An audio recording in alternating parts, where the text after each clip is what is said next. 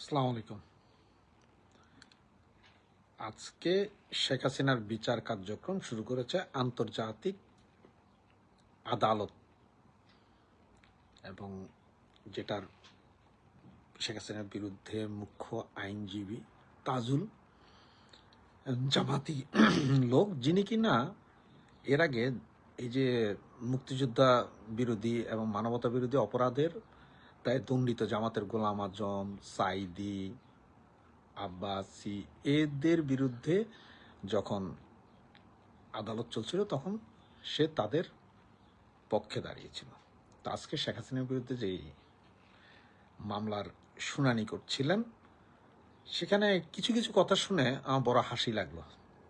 তার মধ্যে উনি বলতেছিলেন যে তাজুল, সে বলতেছে যে মেট্রো রেলে আগুন, সরকারি স্থাপনায় আগুন, পুলিশ হত্যা, এগুলো সব নাকি শেখ হাসিনা নিজে করাইছেন, এবং নিজে করে এমন একটা অবস্থা সৃষ্টি আন্দোলনকে ভিন্ন খাতে নেওয়ার জন্য।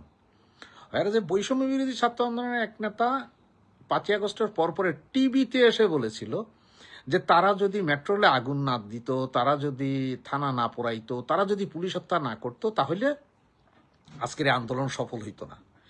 এরপর গত 2 দিন আগে আরেকজন, সেও সেম কথাই বলল যে বাংলাদেশে যদি আওয়ামী লীগ সরকার ক্ষমতায় আসে, কোনো নতুন আইন করার দরকার নাই, কিচ্ছু করার দরকার নাই, বাংলাদেশের প্রচলিত আইনেই তাদের ফাঁসি হবে, কারণ তারা যে পুলিশকে মারছে, তারা যে মেট্রো রেলে আগুন জ্বালাইছে, তারা যা করছে তার জন্য তাদের ফাঁসি বাংলাদেশের নর্মাল আইনই হয়ে যাবে।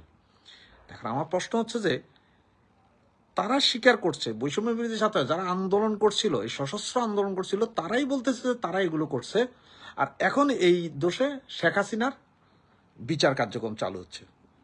এটা কোন ধরনের কথা? এটা কথা চিন্তা করছে, আমি একটা মার্ডার করে আমি বললাম যে আমি অমুককে হত্যা করেছি, আর আপনারা বললেন যে না না না না না উনি করে নাই, করেছেন তো এই অন্যজন। এটা কোনোদিন চলতে পারে? এটা চলতে পারে না। তো এই ক্যাঙ্গারু কোর্টের এই আইন, এই ইয়েতে কি লাভটা হবে? এগুলো সবগুলো ডিপ স্টেটের পরিকল্পনা। সাদ্দাম হোসেনকে ফাঁসি দেওয়ার সময়ও সেম করেছিল, কিন্তু এইখানে যে একটা জিনিস ধরা খাইলো যে ওরা আসলে এই আইন দিয়া বেশিক্ষণ চলতে পারবে না। এই যে সকালবেলা যে 2টা ককটেল ফুটছে, এইটাও কিন্তু জামাত ইসলাম করাইছে। তার মানে এটা করাইয়া যে বলা যে দেখো এদের বিচার করতে দিবে না, এই জন্য এই ককটেল ফুটানো।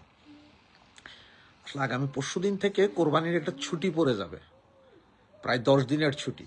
তো এই 10 দিনের ছুটির ভিতরে অনেক আকাম হবে, অনেক কিছুই হবে, যেইটা ধামাচাপা দেওয়ার জন্য তড়িঘড়ি করে আজকে থেকে এই ক্যাঙ্গারু কোর্টের কার্যক্রম শুরু করলো। এদিকে আর বাজেট পেশ করবে, বাজেটে করের হার বাড়াবে। তো বাজেটে যে করের হার বাড়াবে, যেখানে ইউনূস সাহেব নিজেই কর দেন না, ওনার গ্রামীণ ফোন যেটার 70% হচ্ছে যে নরওয়ের, তারাই নাকি কর দিবেন না। ইউনূস সাহেবের গ্রামীণ ব্যাংক কর দিবেন না, কিন্তু আপনি আমি কর দিতে হবে, আমরা আটা, লবণ, তেল, চিনি, ডাল সব কিছুর উপর কর দিবে।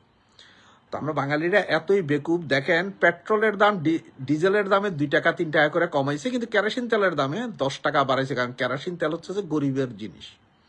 গরিব এখনো কেরোসিন তেল ব্যবহার করে, এখনো বিদ্যুৎ চলে গেলে ওই বাতি জ্বালাইতে হয় কেরোসিন দিয়া, কাঠের চুলা ধরাইতে হইলে এখনো কেরোসিন তেলের ব্যবহার হয়। সেটা কেরোসিন তেলের উপরে 10 লিটারে 10 টাকা বাড়াইছে, সেটা নিয়ে কারো কোনো সমস্যা নেই।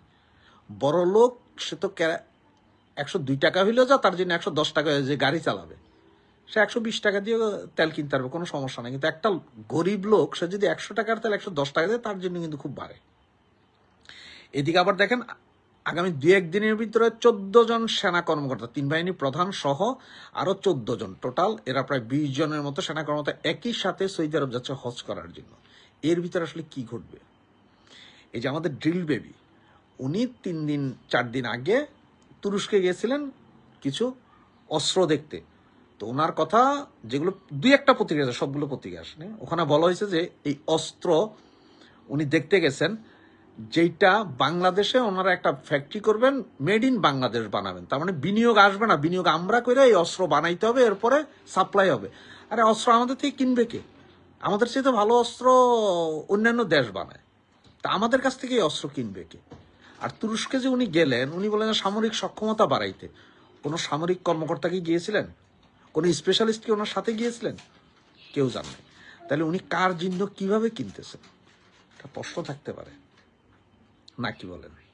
তো এইসব ক্যাঙ্গারু কোড দিয়ে শেখ হাসিনার এইসব বিচার কইরা, ওই যে আপনার তো করিডোর তো অলরেডি ফাইনালাইজড, ওটা দিয়েই দিছেন, অলরেডি অস্ত্র যাওয়া শুরু করছে।